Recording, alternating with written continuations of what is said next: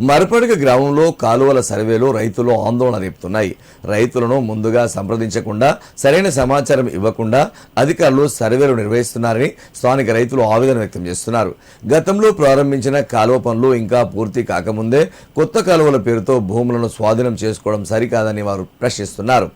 పాత కాలువలో నీరు సక్రమంగా వచ్చే వరకు కొత్త ప్రాజెక్టులను నిలిపివేయాలని రైతులు డిమాండ్ చేస్తున్నారు. సిద్దిపేట జిల్లా కొండపాక మండలం మరపడగ గ్రామ పంచాయతీ ఆవరణలో సర్పంచ్ ఆకారం బాలరాజు ఆధ్వర్యంలో రెవెన్యూ సమస్యలపై ప్రత్యేక గ్రామ సభ ఏర్పాటు చేశారు. ఈ కార్యక్రమానికి మండల తహసీల్దార్ మల్లికార్జున్ రెడ్డి ముఖ్య అతిథిగా హాజరై ఇరిగేషన్ సహా పలు శాఖల అధికారులతో కలిసి సమావేశాన్ని కొనసాగించారు. ఈ సందర్భంగా రైతులు తమ ఆవేదనను పలు రకాలుగా వ్యక్తం చేశారు.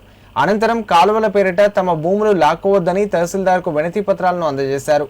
రైతులు కాలువ నిర్మాణం ఆగిన విధానంపై 7 సంవత్సరాల క్రితం పెట్టిన లెటర్కు ఇప్పటికీ సమాధానం లేదన్నారు.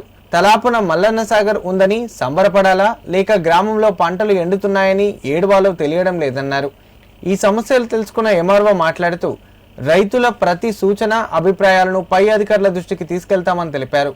భవిష్యత్ తరాలకు అవసరమైన నీటిని అందివ్వాలనే సంకల్పంతో ప్రభుత్వం తీసుకువచ్చే కాలువల నిర్మాణం అందరికీ ఉపయోగపడేలా ఉంటుందని తెలిపారు. ఈ కార్యక్రమంలో ఉప సర్పంచ్ సంతోష్ యాదవ్, వార్డు సభ్యులు, రైతులు పాల్గొన్నారు. ఈరోజు మరపడగ గ్రామంలో దేవాదుల తాపస్పల్లి కెనాల్లో రైతుల యొక్క అభిప్రాయాల కొరకు గ్రామ సభ నిర్వహించడం జరిగింది. ఇందులో రైతులు చాలా మంది వచ్చి పాల్గొన్నారు.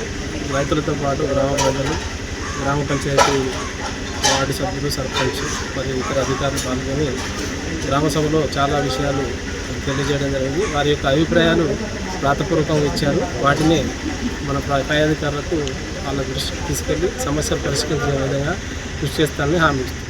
మరపడగలో గ్రామ సభ పెట్టారు. రైతులకు నష్టమయ్యే గ్రామ సభ పెట్టారు.